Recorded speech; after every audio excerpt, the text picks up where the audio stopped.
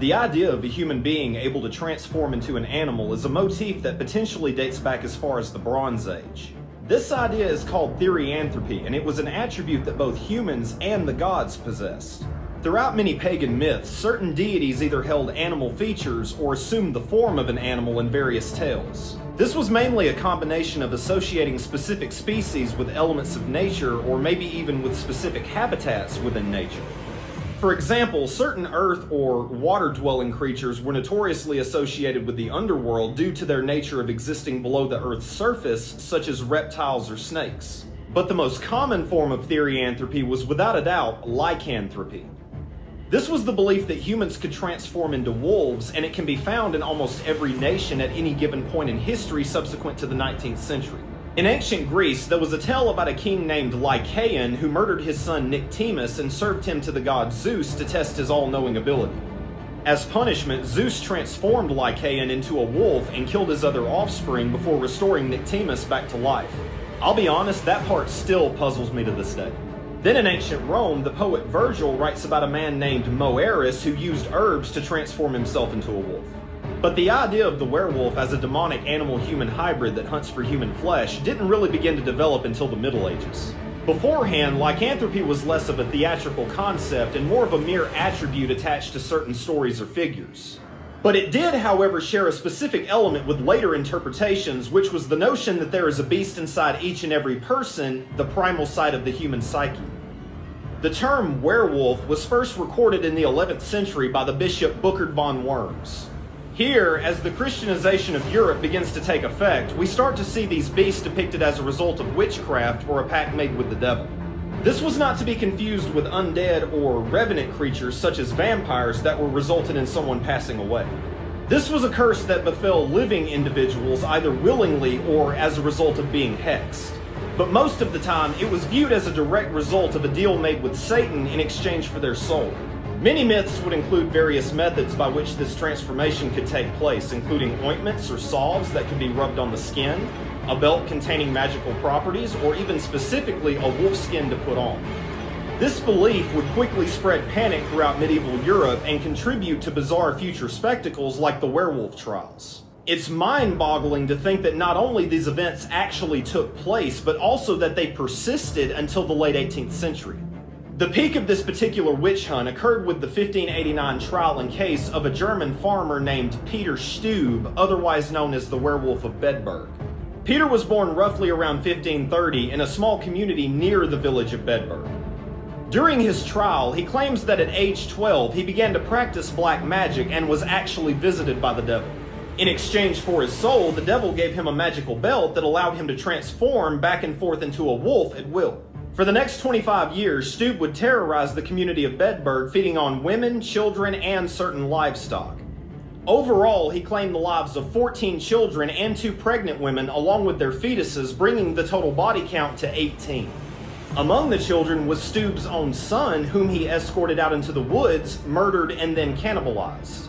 He later claimed to have led an ongoing incestuous relationship with his own daughter and had engaged in intercourse with a succubus on many occasions.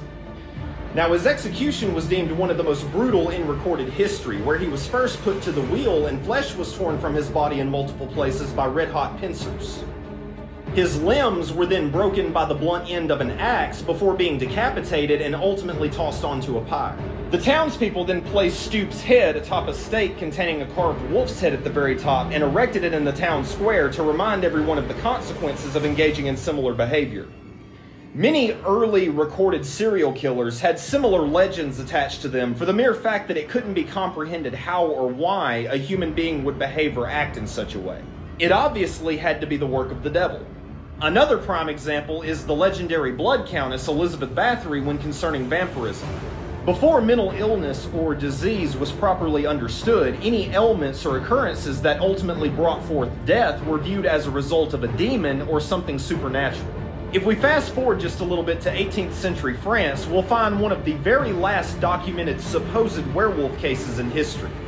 In 1764, within the region of what was known as Gévaudan, a large recorded beast had began a killing spree that would last over 3 years. Throughout this duration, over 200 people were attacked, resulting in 113 deaths and 49 near-fatal injuries. The surviving victims described the beast as a large wolf-like creature comparable in size to a horse with an elongated snout. Some of them claimed that it had the ability to walk on its hind legs like humans and even possessed the ability to extend its arms to grab. It was also claimed that the beast could repel bullets and could arise back from the dead after being fatally wounded. The man responsible for supposedly killing the creature was a local innkeeper and hunter named Jean Chatel. Now, although the results of the post-mortem autopsy were consistent with that of a large wolf, the identification of the creature was ultimately determined as inconclusive. By the 1800s, werewolves began to evolve from literal entities that were once the subject of theological debates into a character associated with Gothic horror. They also, ironically, began to spring up in various discussions centered around mental health and psychology. There is actually a term used in the medical field called clinical lycanthropy, which is a rare form of psychosis that results in the delusion that a person is turning into or has turned into an animal. This could be a possible explanation for many werewolf cases that occurred throughout the Middle Ages. But in reality, what the werewolf represents today is the primal side to every human that could arise at any given moment. One interesting factor about werewolf lore is the idea that they seem to transform more often or exclusively during a full moon. And statistically speaking, it has always been known that psychotic behavior is tripled when the moon is full. In fact, the Latin word luna, meaning moon, is where we derive the term lunatic.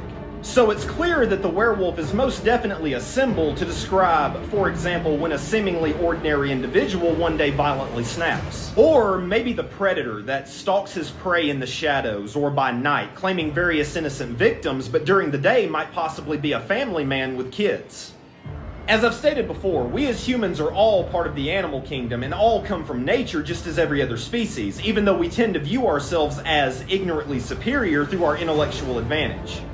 So maybe the werewolf is also a reminder of the capability that we can become and the realization that we are indeed beasts. Thank you all so much for checking out today's video. If you enjoyed it, make sure to go hit that like button and go subscribe to my channel to receive updates on future videos and content. Also, feel free to leave a comment below letting me know your thoughts and opinions or any ideas for future topics that you'd like to hear about. And as always, take care.